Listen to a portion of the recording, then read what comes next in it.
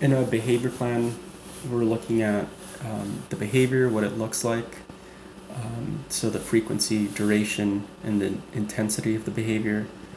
An important piece is also how that behavior impedes the student's learning or the learning of their peers in the classroom.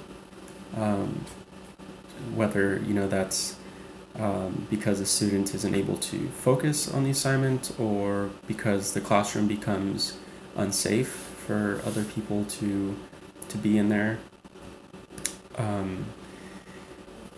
As far as contributors, in a high school classroom, I think it's really important to get the students' input on what they think is the main problem behavior that impedes their learning.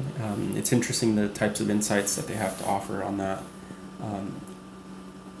Also, they have really good suggestions on, just some steps that staff can take when dealing with those kind of incidents.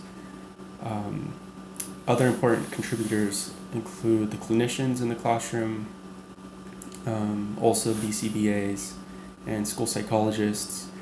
Parents are extremely important to include because they know their student better than anyone, so they could offer really good advice on what they think is the problem behavior and how to best deal with it. Something that I've been learning about this year is some of the differences between the different behavior forms that are used in an IEP. For instance, the BIP and the DTP are very similar. So the BIP is more the teacher's domain, whereas the DTP, or the direct treatment protocol, is more of the clinician's domain.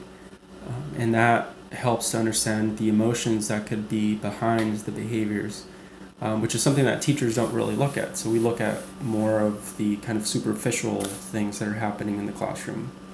And so it's great to have an IEP team that can help develop a clearer perspective on the issue and how to best deal with it.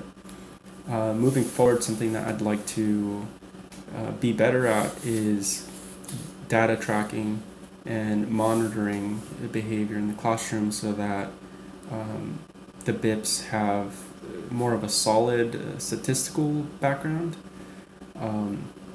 I recently started doing that this year by incorporating the FBAs, or the functional behavior assessments, which are a crucial piece of BIPs because they help to understand what the function of the behavior is, why students are doing what they do in the classroom.